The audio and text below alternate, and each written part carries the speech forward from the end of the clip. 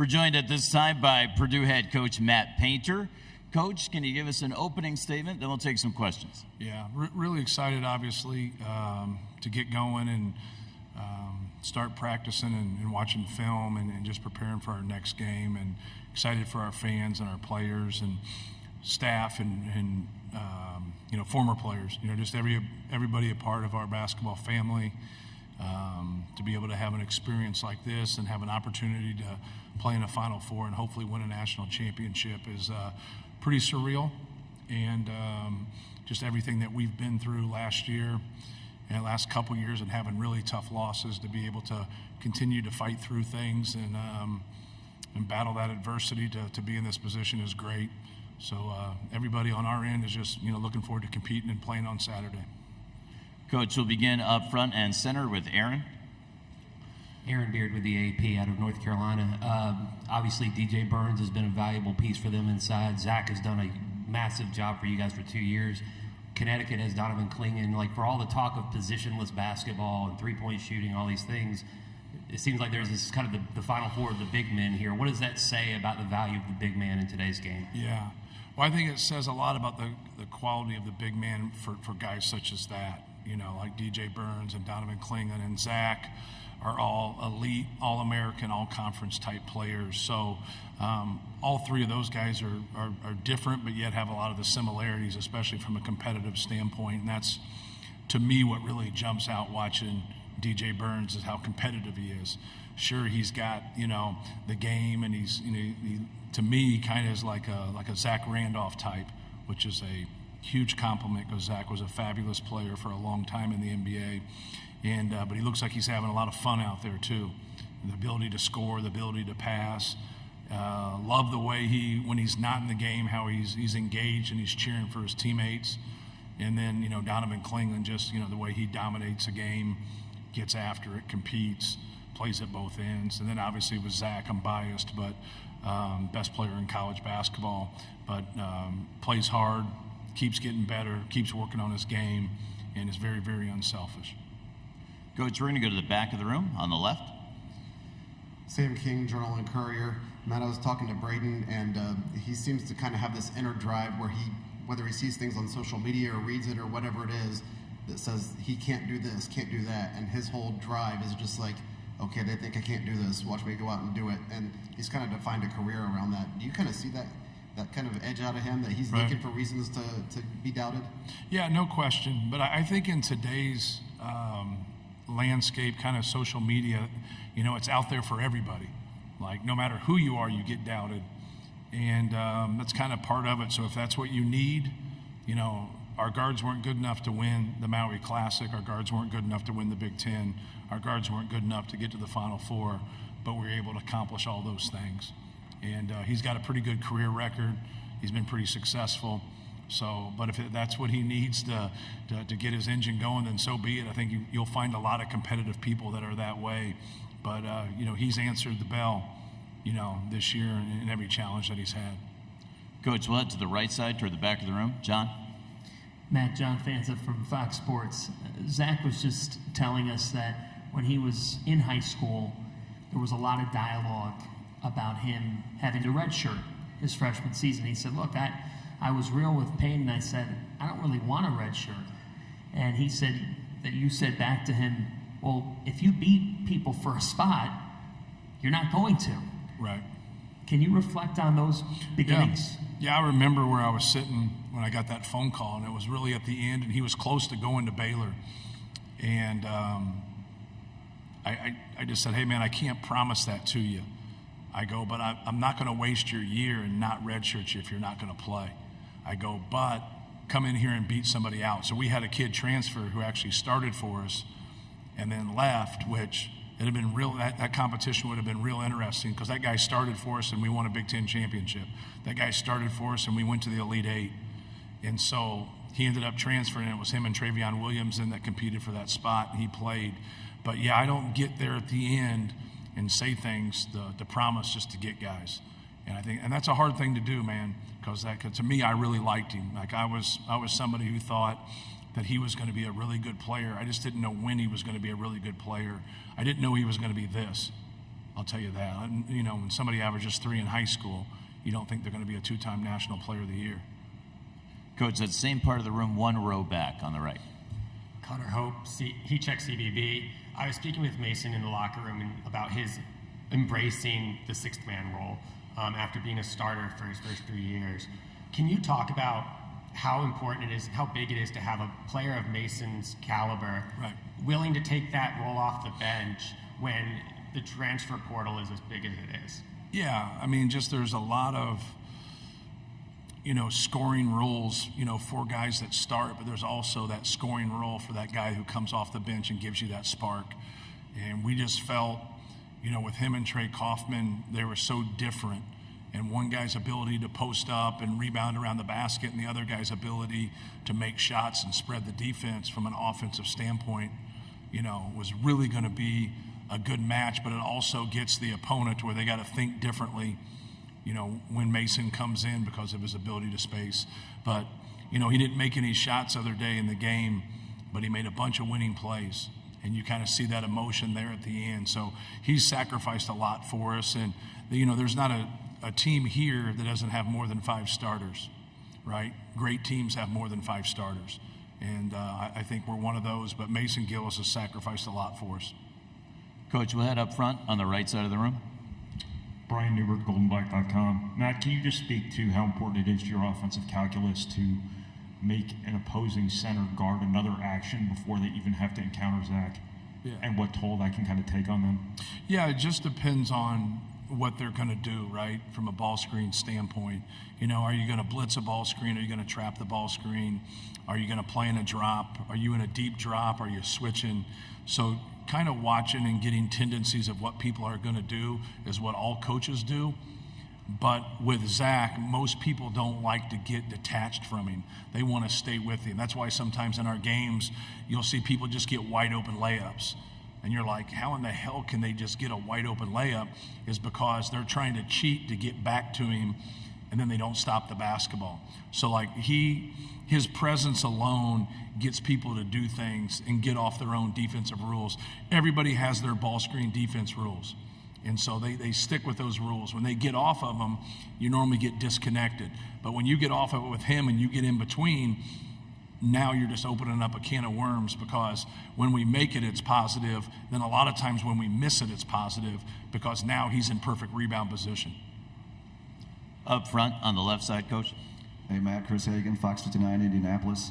I don't know if you know this. Everybody's talking about that it's been 44 years since Purdue's been in the Final Four, but next week will mark 20 years since you came back to Purdue to succeed Coach Katie. To me, it seems like just yesterday. It also seems like a million years ago. What's your perspective on the amount of time this transpired and how you've grown and where you're at now? Yeah, you know, obviously it's been a great ride for us. And I think that's what kind of gets lost, is we haven't been to a Final Four in 44 years, but we've won 11 Big Ten championships in that time. So, you know, you average 1 championship every 4 years. And we've been very successful, and we've been at the top of that ladder even when we haven't been getting first. We got a lot of second-place finishes, a lot of third-place finishes. So we've been knocking on that door, and we've been very, very competitive. But, you know, in terms of what I think about when we start is really just the people that we inherited and where we could go with it. Carl Landry and David Teague were our 2 best players right away. And then we were able to sign Juwan Johnson, Etuan Moore, and Robbie Hummel. And that's what gets you going. Like now, it's a little different when someone takes a job. They jump into the portal. And the people that they get out of the portal might be with them for 3 years, but really are going to be with them for 2. And a lot of them will be with them for 1. And so like now you can go and have a good season with that, but sometimes you can't have growth with that. The way we've been able to do it at Purdue now is just like we did it then. We're trying to sign high school guys and develop them and grow with them. Now, at some point, I think it comes and finds us also. We will, going into this next year, we'll have 2 transfers in 4 years. That's the fewest amount of any high major program in the country by a long shot. And so we just signed 6 high school guys in the fall. So we want to continue to do what we've done and we've seen be successful for us with that. But yeah, when you look back and they kind of run your career and, you know, your hair, I'm happy that I have hair. but it went from dark, now it's getting half, to where it's gray. And then you see all the players, and you see the differences, and you see the growth, and it's pretty cool. But it makes moments like this, when you go through the heartaches, it makes it worth it. Coach, we'll go to the back of the room in the center. Rob? Coach, Rob Doster, Field of 68. Obviously, getting to the Final Four was emotional for you guys. It made Robbie Hummel cry on air. How do you avoid the trap of being satisfied and happy that you got here, without realizing that you have 2 more games to win? Right. Just keeping a focus, but really just talking through it more than anything. Just like kind of owning the emotional piece of it, and there's nothing wrong with that. But then just being process-based and get back to what we do, and kind of talk about NC State, be familiar with NC State, understand how good they are. So my message to them about NC State was, we're playing an undefeated team. The team that was 17-14 doesn't exist anymore. The team that's 9-0 does. That's the team we're playing.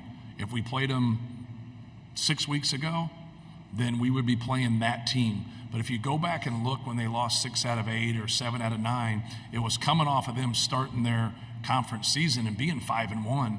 So it wasn't like they were struggling before. They just had that tough stretch right, in the middle of their season going towards the end, and then obviously winning those 9 straight games. So when you start to talk about like who they beat in those 9 games, it's pretty impressive. When you talk about the Dukes, North Carolina, Virginia, and our guys, we've played all those teams in the last couple years. And so they understand that. And then you look at, who they beat, in the actual NCAA tournament, it speaks for itself. They're one of the best teams in the country, and they can beat anybody in the country, including us. Coach, up front on the left side, Dennis. Matt Dennis, CBS Sports. In the college game, has the big man position changed? People still playing 4 out, or is it just a talking point here? Yeah. Well, I think it depends on who your big man is.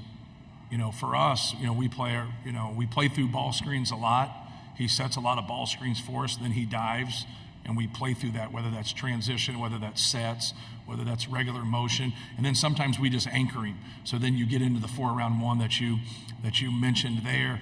But when you get guys that can do that, they can drag people out, and they can dive, and they can play at the rim, so you get the flip-up dunks, you get the lobs, and you get the threes.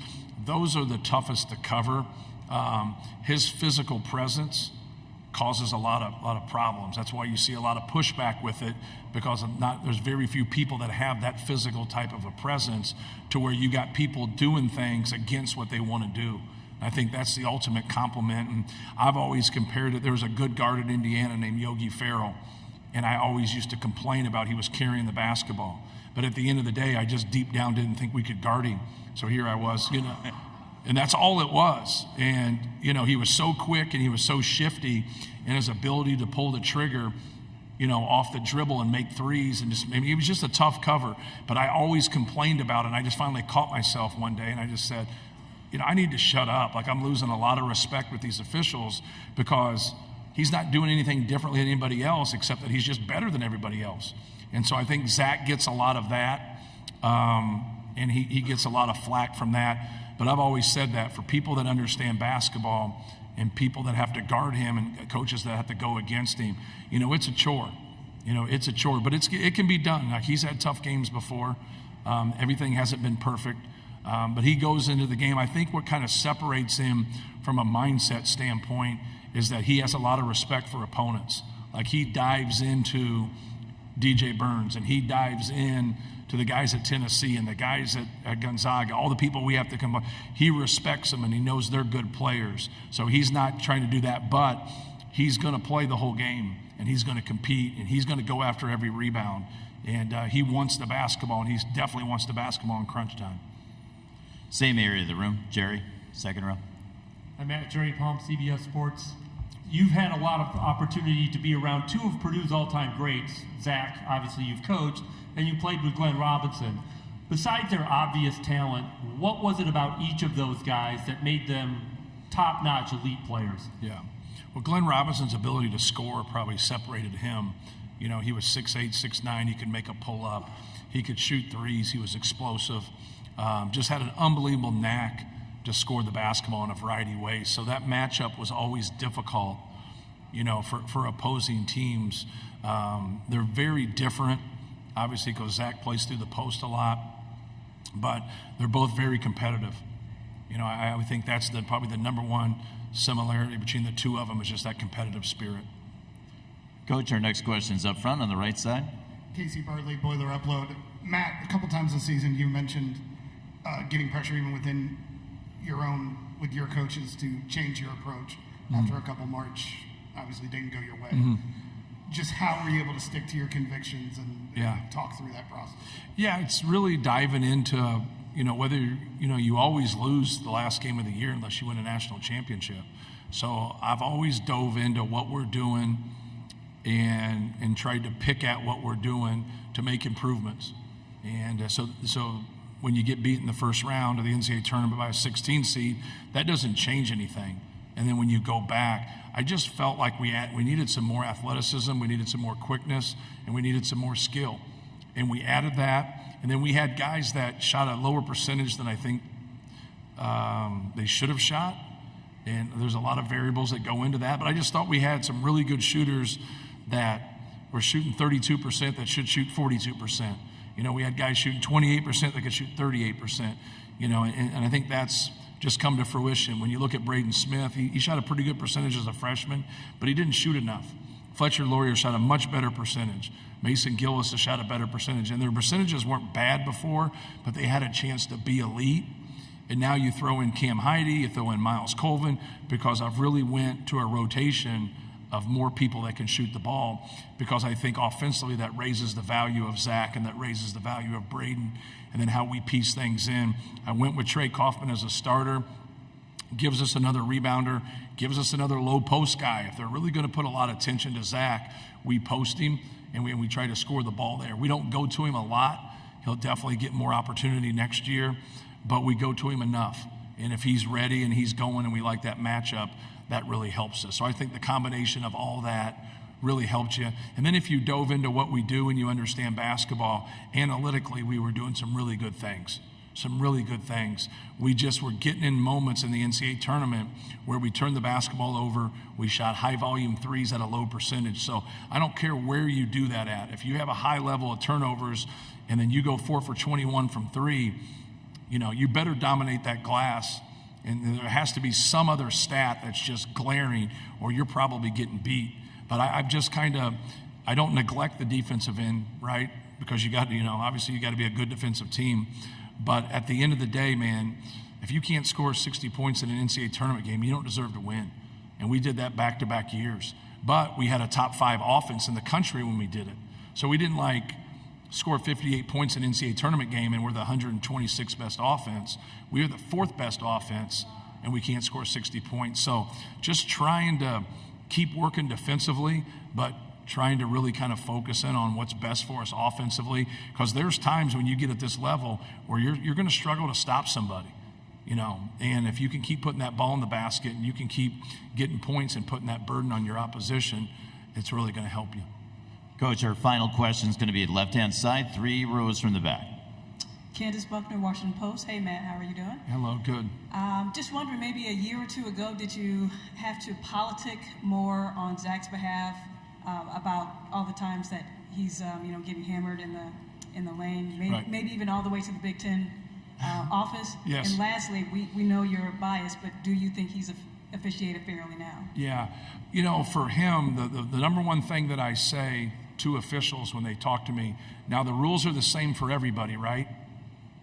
And that kind of stops and gets them to kind of reset their thinking, because he can't get officiated any differently than someone who's 6'8", 210. He just can't. So, and he's entitled to position. So they allow the bent elbow right there. So that's all you can give. You can't give 2. So that's always my arguing point. So I haven't got a technical in 10 years. So I try to be very diplomatic in my approach with it. But I also just want them to call it how they're calling it down there. Don't call it any differently. And then when he starts to get those fouls and he starts to get those things, is because they can't handle his strength and they can't handle his size. So I don't think we need to apologize for that. But that's always my fight. My fight is just, hey, call it the same way. You know, he's so big. So think of it from this standpoint. Like 6'9", 250 is big, right?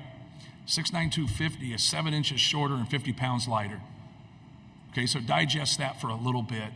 And when you think of that, so when you see a 6'7" guy and a 6-foot guy in a post-up, you're like, oh, they'll get him the ball. It's a mismatch. So that's all we're trying to do is get that mismatch, you know, with him, and then be able to play from there. So what I try to do through our league office is no different than any other coach if they understand what's going on, is not give my opinion about it, is get the clips so they physically see it, and then ask questions. Do you think this is a foul? Do you think this is not a foul? What do you think is a foul? Because my whole point to it is I just want to go back and coach him and tell him what he can and he can't do so we're consistent. And you're going to get a bad whistle. But what they end up doing is the rules aren't the same, and they pass on a lot of things. So then he'll go and foul them at the other end, and they'll lose their mind, and it's a foul, and he should be called for it, but they just passed on 3. So now that's where the dilemma gets, and that's where, and it's like, if you've ever officiated before, when you start to let things go, you're going to have a problem. Because now you're like, damn, I let that go. Now I got to let this go. And that snowball now doesn't chance. So when you miss one as an official, you got to stop it right away. You got to get the next one, no matter who it's against or for or any of that, because now when you get into that game, it's too much. And when they say, hey, let the players play, that's a ridiculous statement to me. Let the players play. No. What they say is a foul should be called, and what's not a foul should be left alone. If you can get to that consistency, and when you communicate that with good officials, like it's easy. It's really easy. When you communicate with guys that really don't understand or don't do, you'd be surprised at the guys that don't do their homework. That's what you'd be surprised. The good ones do their homework. So they get a couple opponents, they're traveling, they're watching clips, they're watching things. They're watching guys who flop and flail and do all those type of things. But when I like my conversations with good officials. I don't like my conversations with guys that don't do their homework and don't understand. We want to thank Coach Painter for sharing his conversations with us here this afternoon. We'll see Coach Painter back again tomorrow morning. Thank you, Coach.